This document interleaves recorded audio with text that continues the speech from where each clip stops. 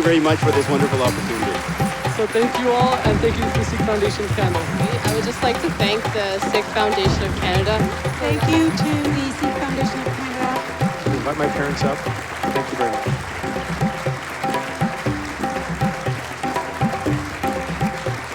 This is the Sikh Centennial Gala. Ladies and gentlemen, good evening and welcome.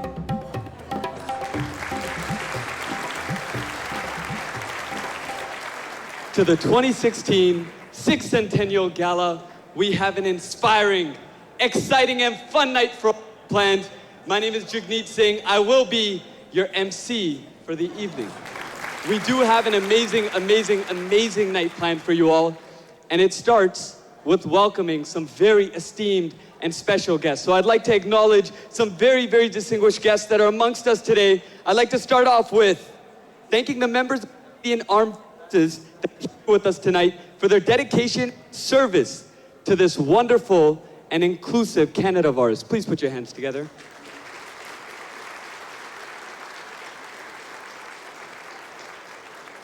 I'd also like to thank the 3 federal ministers in attendance, the Honorable Harjit Singh Sajjan, the Honorable Navdeep Bains, and the Honorable Bardish Chugger.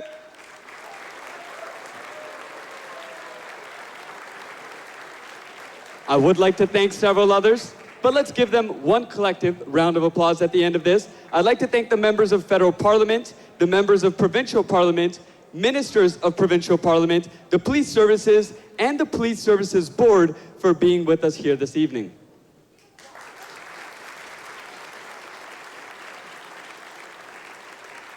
And last but not least, I'd like you all to put your hands together for the Sikh Foundation of Canada board members, whom are all in attendance today. And please make it special because they did get me the job. Please, to the right and to the left of the stage are 2 screens. Direct your eyes to a special video presentation.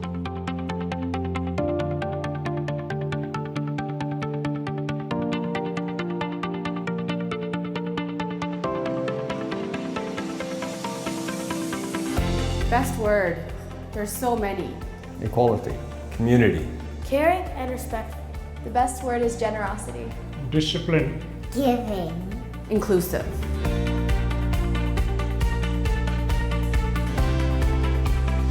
the best part is Bharara. being a part of this community. The best part? We're warriors. We help and respect everyone and treat everyone equally. Giving back to the community and not expecting anything back in return. The food, the dancing, the rich culture.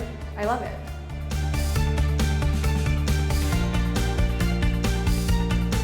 the word Sikh means disciple or student. And some of the early pioneers that moved to Canada migrated here in the year 1897.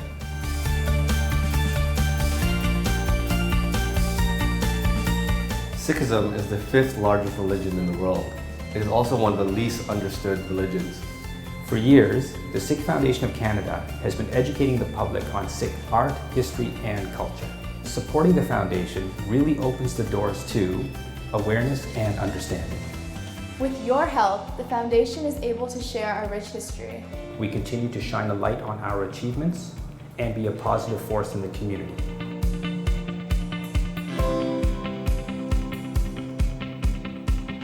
Thank you so much for helping me with my education. Without financial aid, attending university would have been really tough for me. Video and film is an amazing way to connect all different parts of the community. I think it's always an interesting starting point for a deeper conversation.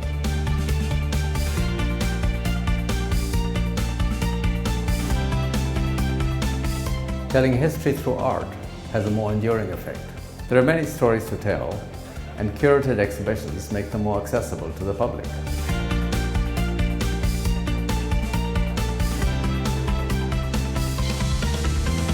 The Gala is a hot ticket event where we get to celebrate the inspiring accomplishments of both Sikhs and non-Sikhs in the community. The Sikh Foundation of Canada has much to do.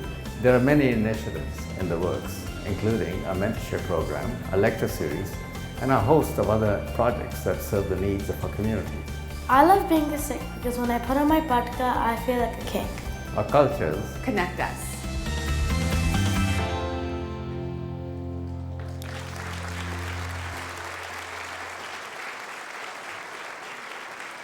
So, you know an organization's doing something right when you can say they've been doing it and they've been around longer than you were born.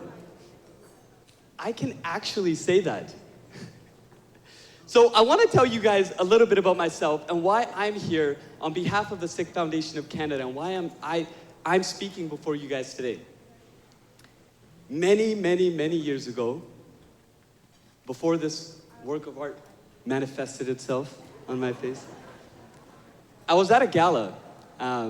My father, Devinder Malhotra, he brought me out, and a youth was being honored up on stage. And after she collected her award, and dinner and networking started, my dad encouraged us to go, he literally kicked us out of the seat. Go talk, go introduce yourself. So I ran up to her and I gave her a big hug and I said, you're my idol. Now, I don't remember her name. I don't know what she was awarded for, but I do remember one thing.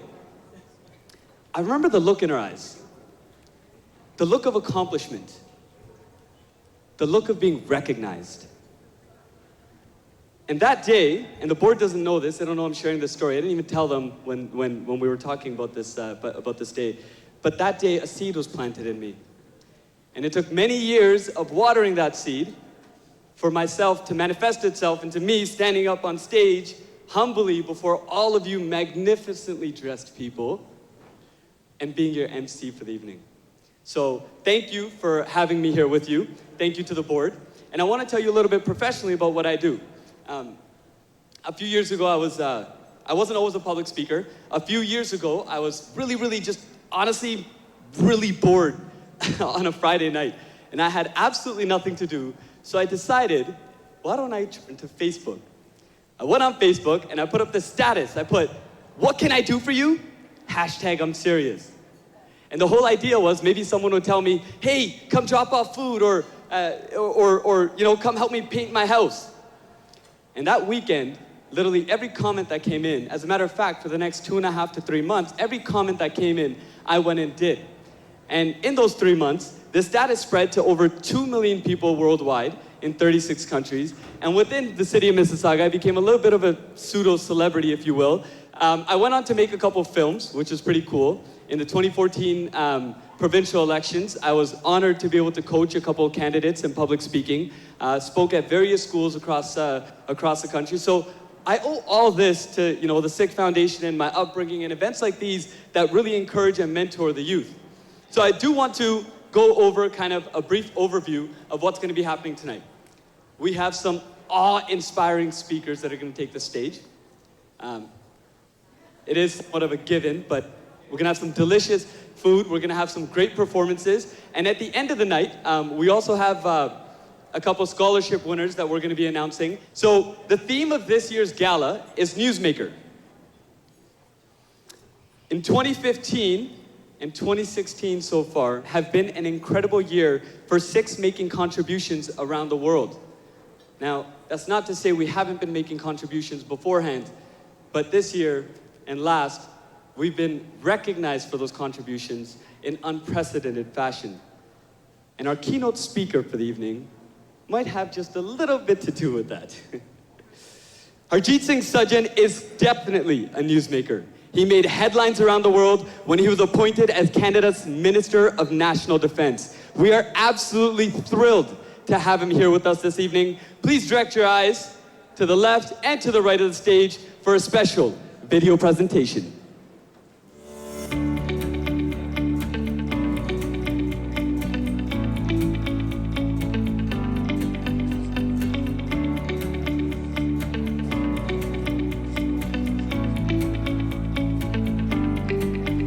When Harjit Sajjan was in high school, he dreamed of being a pilot, but he feared he'd never be able to achieve such a lofty goal. That's when his social studies teacher pushed and challenged with 2 words that would change everything. Why not? Now, Harjit was no stranger to struggle. He was born in India and started a new life in Canada with his parents when he was just 5. He faced racism at school and had to learn to defend himself, but he persevered. Harjit became a Vancouver police officer, and why not keep going? He later joined the Army Reserves, but when he got to basic training, he was told to remove his turban and trim his beard. Harjit, the only Sikh in the group, refused. Harjit's loyalty to his beliefs paid off big time. When he was on special assignment in Afghanistan, his turban and beard helped him connect with locals, earn their trust, and gain important military intelligence. His Sikhism helped him build rapport instantly. You may not like me, but I have a job to do and I'm going to perform and let my performance be the best revenge for what you're saying. And why stop there? In 2015, the world came to learn Harjit Sajjan's name when he became Canada's new Minister of National Defence. Mr. Harjit Singh Sajjan, Minister of National Defence. Harjit and his wife Guljit have 2 kids, and they work with numerous charities to provide education and healthcare to impoverished children around the world. And my goal is to serve Canada. Serve the country we call home. Whether you came here 100 years ago or 10 years ago, all of you have contributed to the success of this great nation we call home. And you deserve a government that honors your hard work.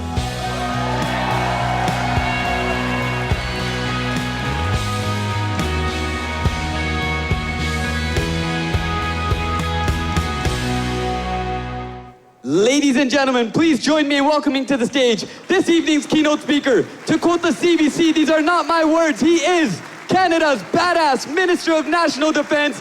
Give it up for the Honourable Harjit Singh Sajjan.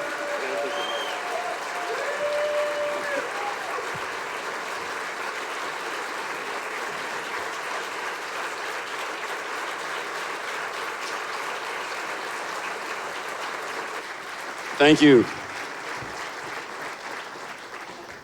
Thank you so much for the extremely kind, very kind introduction. Almost actually put a tear in my eye. It's you get to see pictures like that, and unfortunately my wife and my kids are not here to be here with me. They attended one of the dinners when General Tinchuk, the Chief of Defense Staff, was here. I wish they could have seen that video. Because this is less about me, it's more about them. If it wasn't for them, I can't do the things that I've been able to do. But before I start, I also want to be able to say is, you can't accomplish anything without a phenomenal team. You need a good boss, and you need a good team to surround you to accomplish things. And that's the only reason I've had this great success, whether it's been my parents early on, my grandparents, to my teachers, my coaches, my commanders, and even in the police force as well. And now I get to work with some phenomenal people. My boss, or some of us call him just as a boss, he's known as the Prime Minister, Justin Trudeau, who lets us do our work. And I'm also very honored to work with a phenomenal team, because we can't accomplish anything without a team. And we have some people here today, Bardish, Nav, who are also here, and Raj is here as well. We get to work with a phenomenal team to make change. And I also, just now that I brought up Nav's name, I have to always say something about Nav. So when I was appointed the Minister of National Defence, so no one knew. So we all go to the hotel, we kind of see each other for the first time, asking each other what portfolio we got. And Nav immediately asked me, and I found out what he had. And so now he goes around, when he found out the Minister of National Defence, he goes, we had a push-up contest, right? And if you could do 10 push-ups, right? He goes, I couldn't do 10 push-ups, that's why Harj got the portfolio, right? But keep in mind, he's smart, okay? He's very smart. He might be younger, but I rely on him for advice. And so he's smart. So I'm like, no. He can do 10 push-ups. He can do more than that, okay? So here's the issue. I get to have to spend money, okay? Spend all the time trying to convince people for I can buy things and spend stuff. He gets to dole it out, okay? So everybody wants to be next to him. And So you think I have a good title, right? I think you've heard it, right? Badass, right? But you guys realize what his acronym actually is? I can't even say all those things, right? What is the innovation? Come on, you got to say it. Come on, Nav. Innovation, Science, and Economic Development. What does that stand for, okay? Iced, okay? He is the Iceman, okay? So now that is really badass, okay?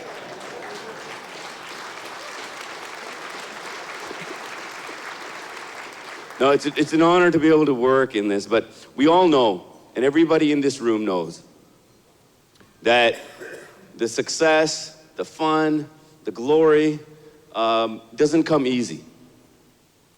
Every single one of you have felt that.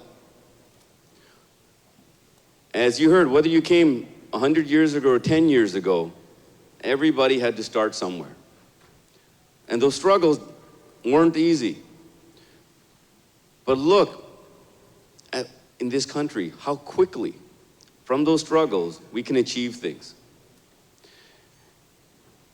And that we were remiss to not talk about the Komagata-Maru. And I share with you a personal perspective of what the Komagata-Maru means to me. Not from a historical sense, like I think most of you know the story behind that. But some of you may not know, I actually commanded the regiment, one of the regiments that pushed away the Komagata-Maru over 100 years ago. Think about the irony of that. Sikhs who traveled, and 100 years later, you have a commanding officer who's wearing a turban, one of the most multicultural regiments in Canada, 100 years later. The irony in that. But I'm going to explain to you some of that, what that irony means, and some additional irony around that. On the Komagata-Maru, I don't know if you know, there were veterans on that ship. And there's one gentleman there, he's wearing a sash. It's a cavalry sash. We couldn't figure out exactly which regiment that might have been. But he's a combat veteran. And the reason I say the combat veteran now, because you know what that means. So he has fought for the crown. And he's on a ship to come to another part of the British Empire with fellow Sikhs, Hindus, and Muslims also there. Then he comes to the shores at Cold Harbor, and they're not allowed to disembark. And fast forward a bit, with all the turmoil that happens, trying to convince people that they too belong here, they're pushed away.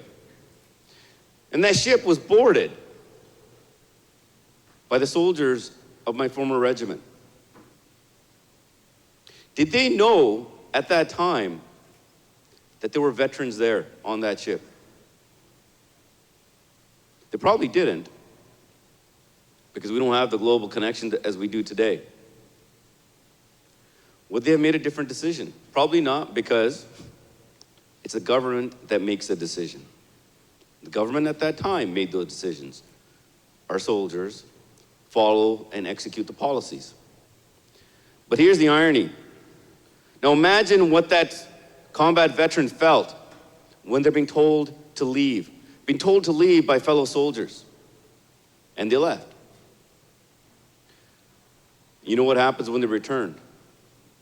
But you also know, in that same month, a month later, World War I breaks out. And those soldiers, and many more that were recruited from the very regiment, goes off to fight in World War I in Europe. Only to find that the Indian troops of the British military are already there. And one of the most biggest battles, and my regiment had many battles, from Vimy and the earlier battles of Battle of St. Julian, when the first time gas was used. And we know the history where the Sikh regiments also fought. My regiment was there. Now think about it. The regiment and the soldiers that pushed the Komagata-Maru away now are relying on each other. The same people that they pushed away with turbans, they're relying on each other to stay alive. Because at that battle, the Germans used gas for the first time. So did my soldiers at that time make that connection? That we pushed away the Kumaga Tamaru with those soldiers, and now we have to rely on each other to stay alive. And the reason I mention this, I don't know when in our history of the regiment that our regiment just became very multicultural and accepting, but it was way before I joined in 1989. So I'd like to think, as a former commanding officer of that regiment, that might have been that pivotal moment in history that our soldiers realized that we cannot change the rest of government, but we can change what we can do within our regiment. And our regiment, from what I had learned, went all the way back to, I don't know how many years, being very accepting of other soldiers. Now, we got pictures to prove this afterwards of Sikhs, actually in pictures, people from different Chinese soldiers as well, First Nations. And the reason I mention this is because even though there was an absolute tragedy, over 100 years later, because of the challenge that they faced, the courage that they had to take that risk, all of this becomes possible. That's the true legacy of this. Even though it's a black mark in our history, we have to be able to learn from that. And that kind of reminds me of to my next topic, of what are we now doing with that history, that legacy? What are we going to do with that? And I think I don't have to talk too much about this in this room, because everybody here has shown success in their own ways. And you, in the Sikh Centennial Foundation, this gala is creating an inspiration for the next generation. And I just want to share with you what I got out of this in 1999 when you honored me with the award. I think I firmly believe that every human being has a gift. But unfortunately, not every human being is able to realize that gift that they have inside them. And that gift is what lets them make an impact on this world and make change and make that difference. So we have to find mentors to do this. And the MC, who's much more phenomenal speaker, who's probably taking notes on how I'm doing right now, is an example of that. But it's up to us to be able to pull that gift out of people, because if we do that, and just like in the video it said, it was a social studies teacher that did it for me. And then I went and seeked out other mentors. And this is what this dinner represents, because if we now look at every opportunity to look at the next generation, we're going to be able to help them realize that their gift and change the world. Because I firmly believe when you answer the question why it's important to succeed, your how will almost become automatic and your success will be guaranteed. Because if you want to make a difference, you become you can change the world. And if you find a group of people around you, like in this room, when you come together collectively of people who want to make a difference, you become an unstoppable force. And the reason I say this, now that I'm have the opportunity to be in government, and my colleagues with me, we need to work together and continue all the efforts that you're doing here and inspire the next generation, because they're far smarter than us. And I don't say this in a joking way, I really mean this, because they're able to connect globally, realize what's happening, and make far different interpretations than what we had. So it's up to all of us now to set the conditions for them to change the world. Because if we don't, I deal with conflicts all over the world, and that's what I've done. And I can assure you that what you have here, the results of the Kumaga Tamaru, the positive side of it, the apology that's going to be coming from the House of Commons, all of this is an example for the rest of the world. And ladies and gentlemen, I firmly believe the rest of the world needs a little bit of Canada. It's not Canadian values. These values are universal values. So I just want to again thank you so much for everything that you're doing. And everything that I've just said, every single one of you have in some way accomplishing that, pulling that gift out. And when I was honored in 1999, I saw those videos and got to see some great mentors, and I see many of you here in this room. So thank you very much for keep pushing me to do more. And I can assure you, none of us, myself, Nav, Raj, Bardish, none of us have stopped. We're going to keep pushing harder, but at the same time, we're going to be looking for the younger generation as well and keep pushing them as well, because I know the rest of the world needs more of Canada, and you know what, we really can change the rest of the world, and we need to start bringing the conflict down. And please make my life a little bit easier that way, okay? Okay, thank you very much for this wonderful opportunity.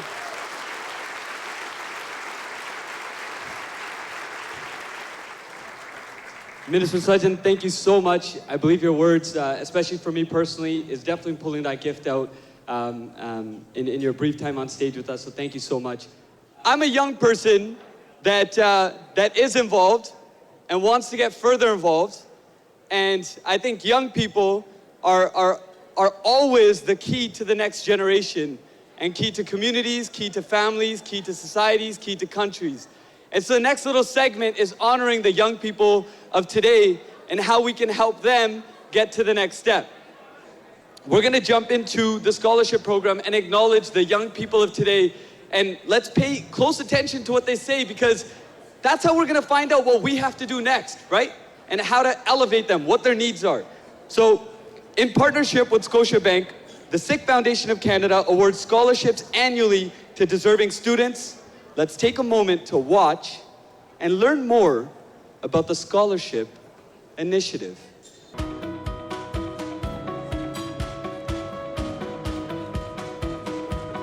We realize that going to university can become really expensive for a family. It can be a huge financial burden. And it becomes a value proposition. How do I afford this? Do I take out a loan and go into debt?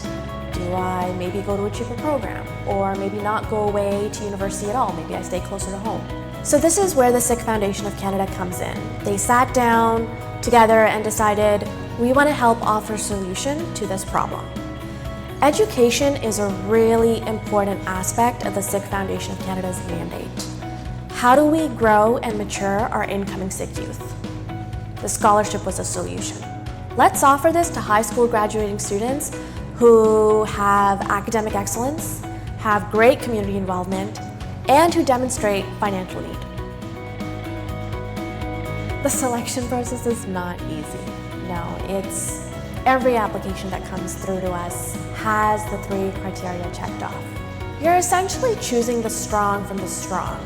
It's a lot of scrutinizing, you're rereading aspects of the application, discussions are being held, and the panel of judges is chosen by the Sikh Foundation of Canada.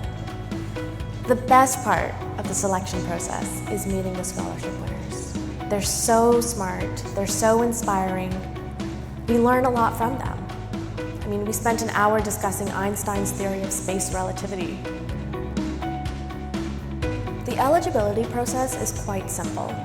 There's 3 components. You have to be of Sikh faith, you have to be a Canadian citizen or permanent resident, and you have to have a graduating average of at least 80%. The Sikh Foundation of Canada's website does detail what's required for the scholarship, but in general, we ask for transcripts, we ask for a CRA tax assessment form, we also ask for a 500-word essay, which is the best part. It's the best part because it allows the student to elaborate what they've done over and above their transcript and over and above their resume. It allows the student to tell us what seva, what selfless service they've done towards our community. The scholarship is always looking for new sponsors. The more scholarship money we receive, the more awards we can give out. The other support we need is word of mouth. So if you know of a Sikh student that is in financial need and also exemplifies the qualities of their scholarship, tell them to apply. This scholarship program provides these exceptional students with one less thing to worry about as they embark on this incredibly important journey. And who knows, maybe one of these winners will come back to the gala as an honoree.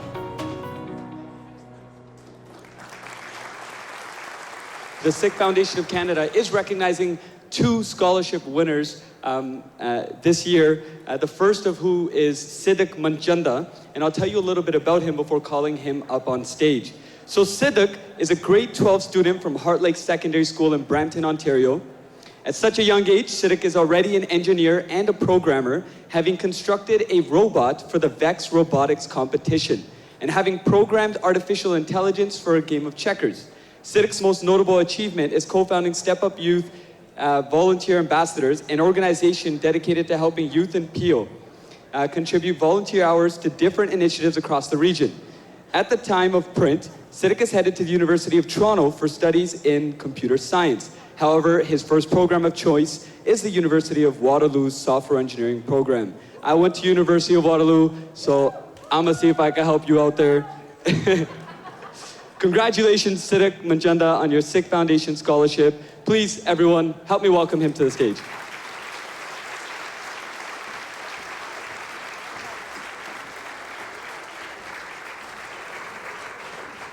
All right, apparently I was supposed to say something, but I just found out about like 5 minutes ago. So I'm just gonna go off on a tangent. First of all, I'd like to thank the Sikh Foundation of Canada for giving me this opportunity to get the scholarship and meet with all the amazing Sikhs here. And a round of applause for everybody here for all their notable achievements, please.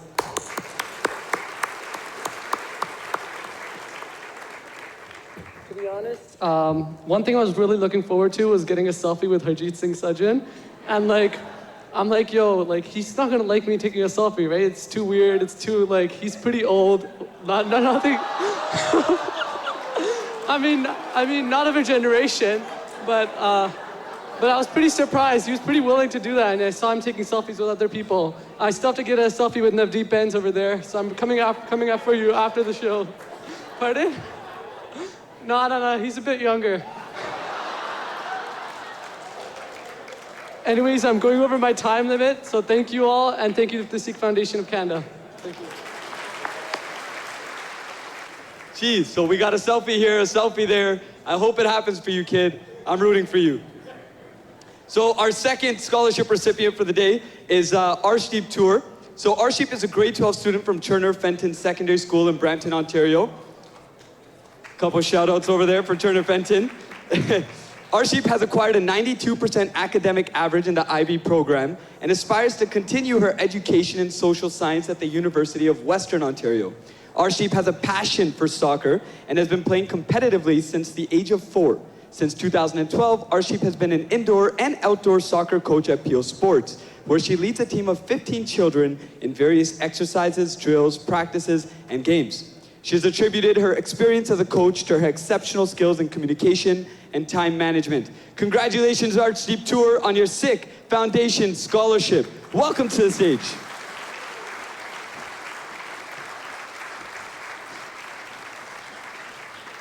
Thank you, Jagneet. I'm just going to keep this short and sweet. I would just like to thank the Sikh Foundation of Canada for recognizing all my hard work, determination, and potential, and giving me the financial security to go to the university of my choice. So thank you once again.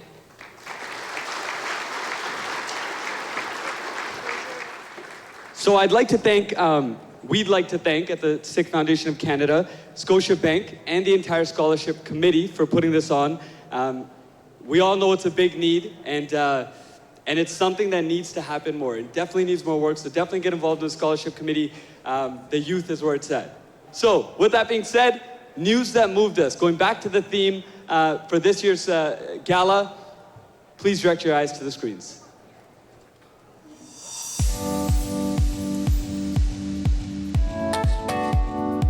It's an incredible pleasure for me to be here today before you to present a cabinet that looks like Canada.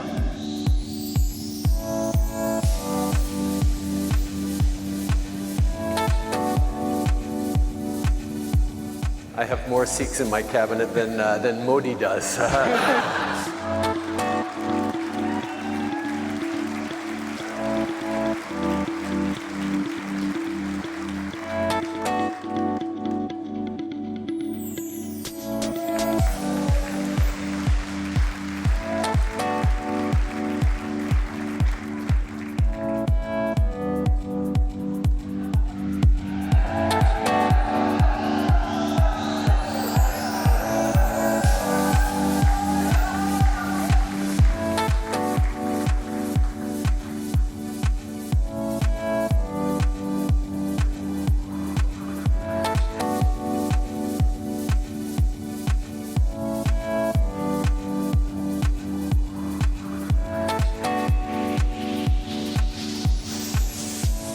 hiding anything in my turban. I got pockets.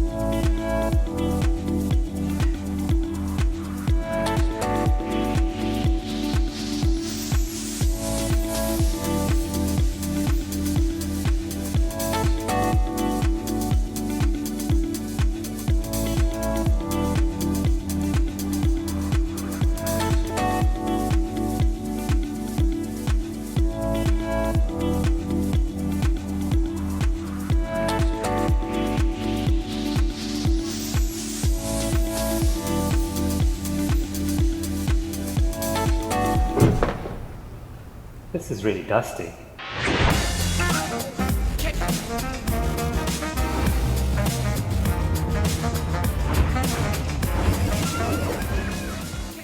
What up, everyone? It's your girl, Superwoman.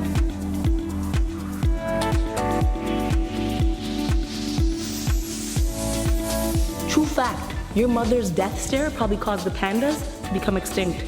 Okay. Are pandas even extinct? I'm not really sure. Pandas, oh no, wait, no they're not. Kung Fu Panda 3 like just came out.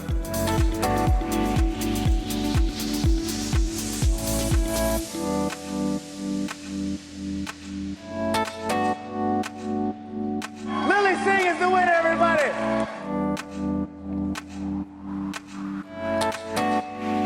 Waheguru ji का खालसा, वाहिगुरु जी की फतेह।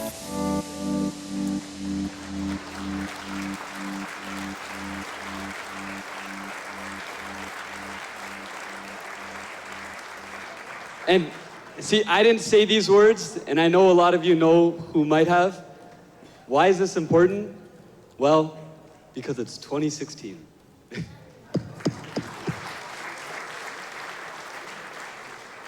So our next honoree, who I'd like to, in a minute, bring up to the stage, I've actually had the privilege of doing Seva for Seva Food Bank.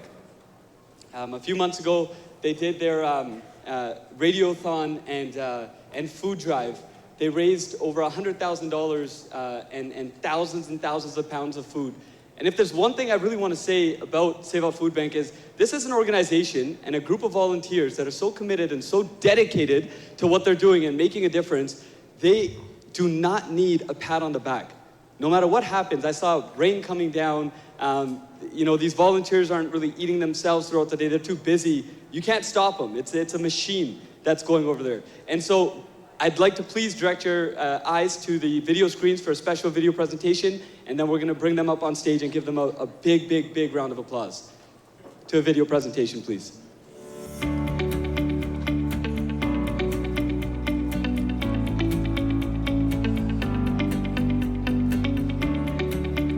In 2010, a group of young Sikh professionals had the courage to dream about opening a food bank for low-income families. They wanted to give back to their neighborhood, and they were inspired by the concept of Seva.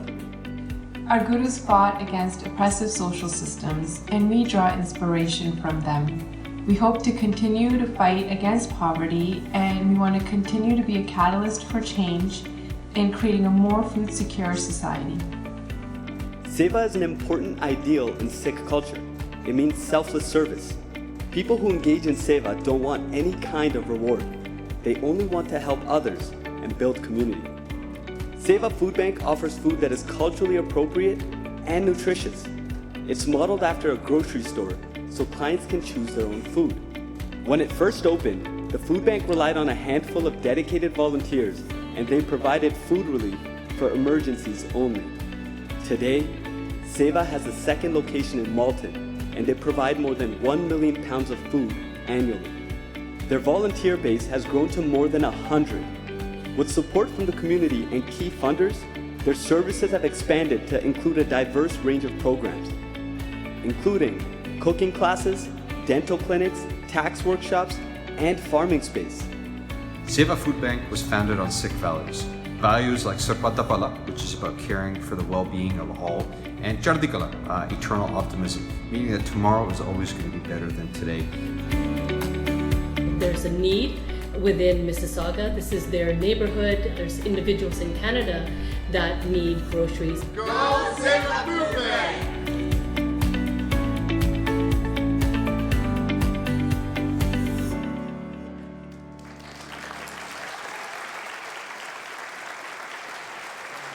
Ladies and gentlemen, please join me in a warm welcome for Seva Food Bank.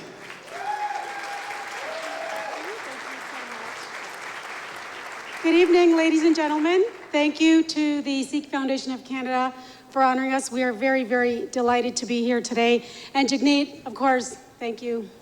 Thank you very much. I'm going to just tell you a little bit of a story. I wanted to bring up a speech, like a long speech actually, but no one's had a speech, so I'm like, okay, I'm just going to have to wing it up there.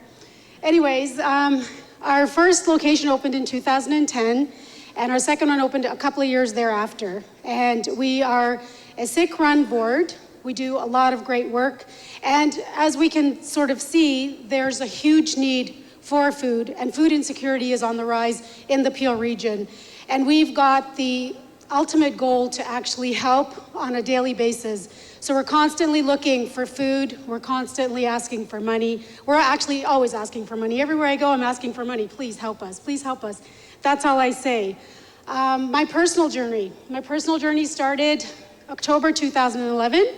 I've been volunteering with the community for a very long time. My kids were grown, almost finishing high school, and they were at that point saying, Mom, that's enough. Like, you need to stop coming to the school. We're kind of embarrassed now. So I took a walk one day and found a food bank, and I noticed Seva Food Bank. It's a Sikh, I saw the khanda and I was like, oh, it's Sikh. Let me go in and let me find out what it's all about. That first day, I had the privilege to meet Gurmeet Aluwalia, he's here on some table, and Kalir Singh Gill, who is not here with us today. They opened their arms, made me feel very welcome, and after that, I did a couple of shifts and I was brought onto the board, and I've been on the board for the past just over 4 years. And I have to say, it's a charity that is not only very, very close to my heart, the actual board has become more than my second family. I go to them every time. If I need something, I go to them. And cohesively, we work great as a group. But I can tell you that the need is there, because there's a lot of people out there that really, really need the help. And I thank you today, and I hope everybody has a great evening. Thank you. Thank you, Angie. So, for our next honoree, everybody, this man needs very little introduction. One of the most influential people in the world. Pay attention to the video screens on the sides.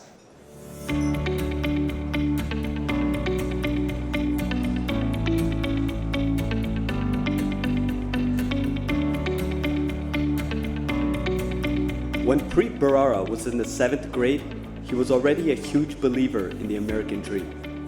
Then he read Inherit the Wind, and the book ignited a passion for justice. He knew he wanted to make a difference. And that's exactly what he did. Preet was born in India to a Hindu mom and a Sikh father. He grew up in New Jersey. Preet's father was the first in the family to go to college. He expected his sons to follow him into medicine, but Preet headed to Columbia Law School, where he became a prosecutor. In 2009, President Obama nominated Preet to become U.S. Attorney for the Southern District of New York. The nomination was unanimously confirmed by the U.S. Senate. Preet has never been afraid to go after powerful leaders or big corporations. Because we don't care who you are, we don't care how big you are, we don't care how powerful you are, we don't care how much money you have, you're not above the law. His reputation as the Sheriff of Wall Street has brought down prominent politicians, diplomats, Wall Street executives, and the biggest banks in the U.S. Capitalism works best when its biggest beneficiaries play by the same rules as everyone else. Time magazine has named Preet one of the 100 most influential people in the world. His cases often involve the suspense and intrigue of a Hollywood drama, so it comes as no surprise that his office recently inspired a Hollywood treatment of its own. But above all else, Preet strives to be a good person and to be good to others. But you'll find that self-doubt in moderation is animating and motivating, not paralyzing. In my view, leaders who have purged themselves of all self-doubt will not be leaders for long, and in my view, are dangerous while in command. I have learned over time that self-doubt is my friend and arrogance my enemy.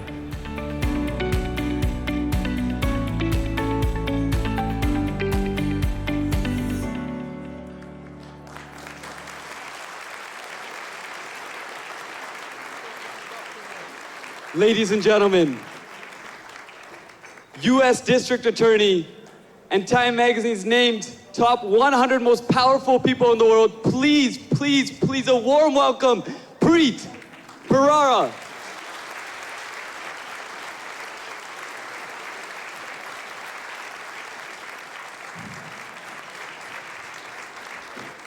Thank you. Thanks very much. I love the fact that the end of the video introducing my speech was about self-doubt, so I'm feeling a lot of it right now. I want to thank the Sikh Foundation for having me. I know that I'm the only thing that stands between all of you and Bhangra, so I'll be brief. I'm incredibly honored to be here tonight to accept this honor, and it's particularly special for me. Some of you have met them, but my mother and father are here, seated at table 10.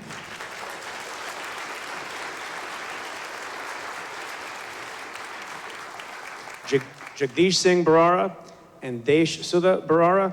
I was trying to think of the way that I might describe them, and it was unclear before I got here, but I think I have the perfect word to describe both my mother and my father, and that word is obviously badass.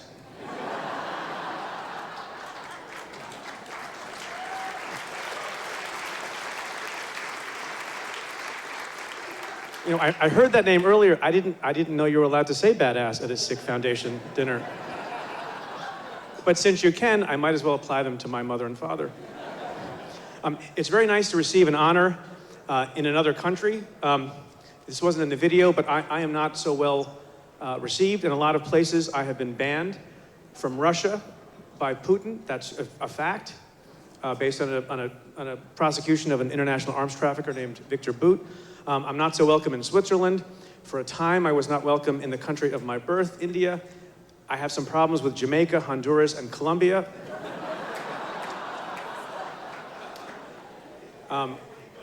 They like me a lot in Turkey recently. Some of you may know that. But it's very great to feel so welcome in Canada. It's really terrific.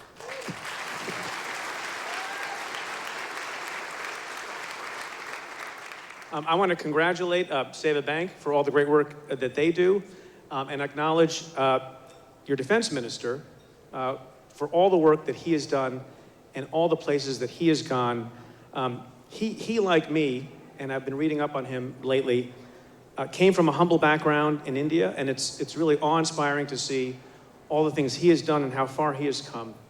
And for my own part, I think from time to time how great a privilege it is to be in service in my country, in New York City, being the United States Attorney for the Southern District of New York, being essentially the chief federal law enforcement officer in the financial capital of the world. But I know that the only reason I am there, the only reason I was able to get there, is because of my upbringing, my parents, the two badasses over here, and also, I'm going to keep saying that word over and over again. Okay, I'll bring them up at the end. But also the opportunities that I got in the United States, which are the same as the opportunities that so many immigrants get in Canada.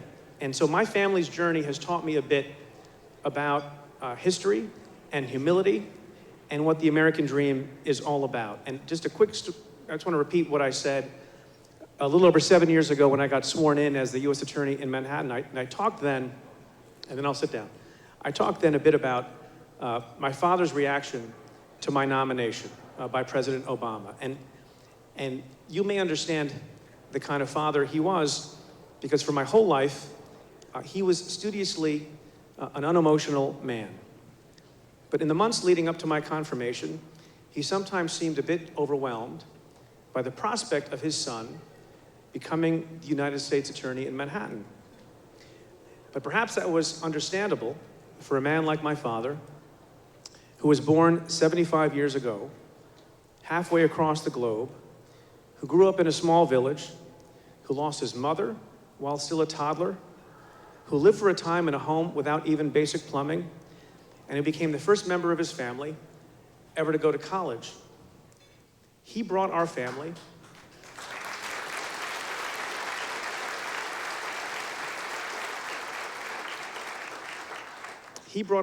to this part of the world some 45 years ago with only a few dollars in his pocket and a hope in his heart that we would have a better life in this country and that his children might one day amount to something in America. And so when you are an Indian immigrant who becomes a naturalized citizen at age 12, who later becomes chief counsel to a United States senator, and who later still is nominated by the first African-American president to become the first Asian-American U.S. Attorney in Manhattan, you begin to believe that anything is possible in our countries. And when you are then confirmed as U.S. Attorney, even though your name is Preet Singh Bharara, I don't get applause for that.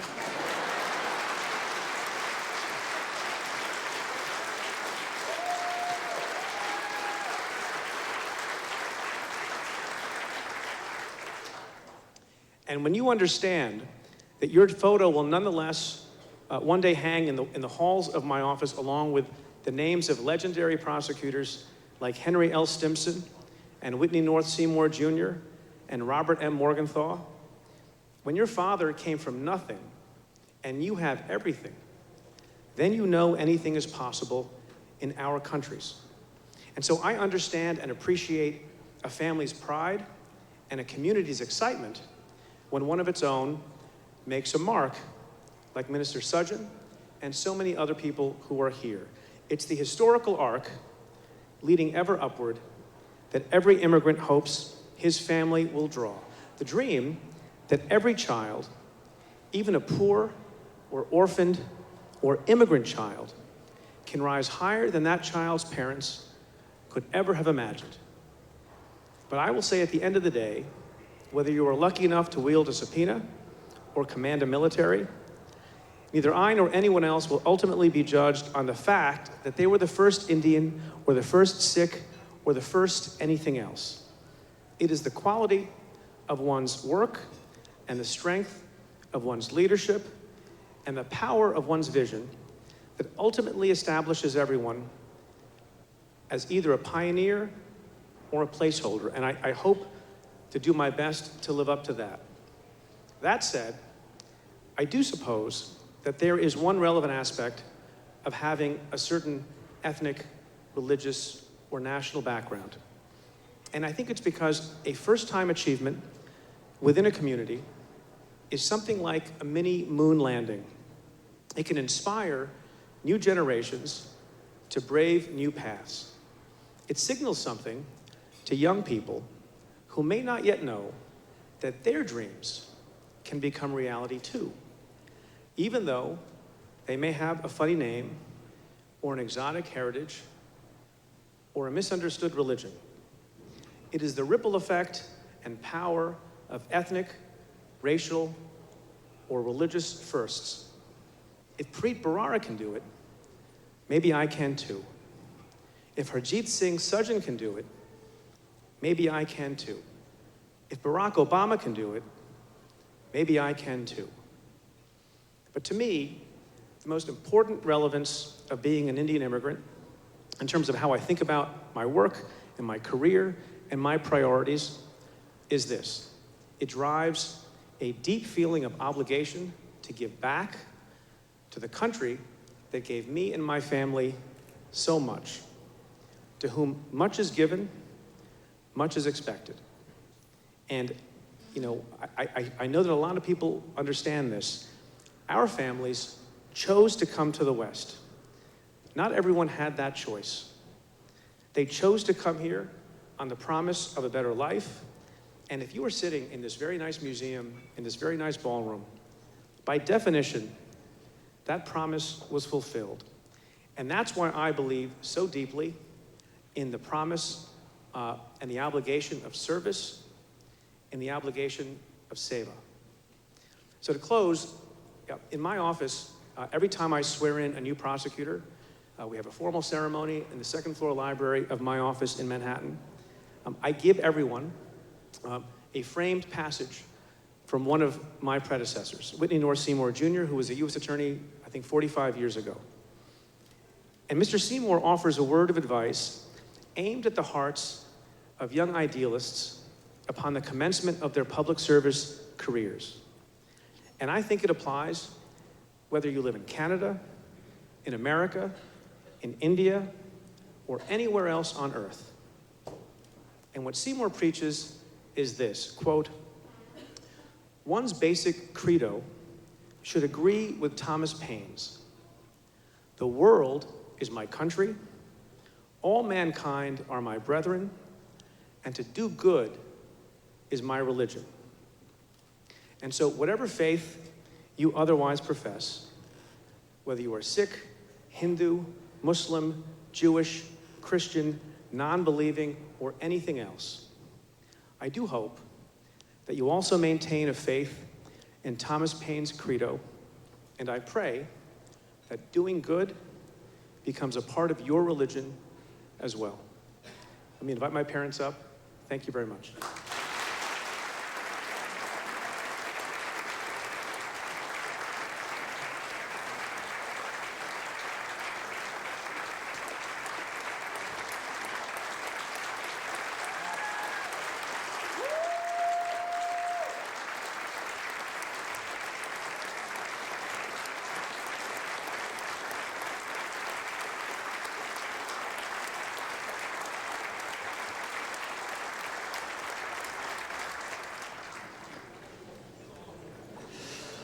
Man. Jeez. Pin drop silence. Mr. Bharara, thank you so much for being here with us today. That was amazing to all our honorees. All of you guys are so inspiring. I myself was touched personally, so I'm sure a lot of you guys were as well. Thank you so much for being here.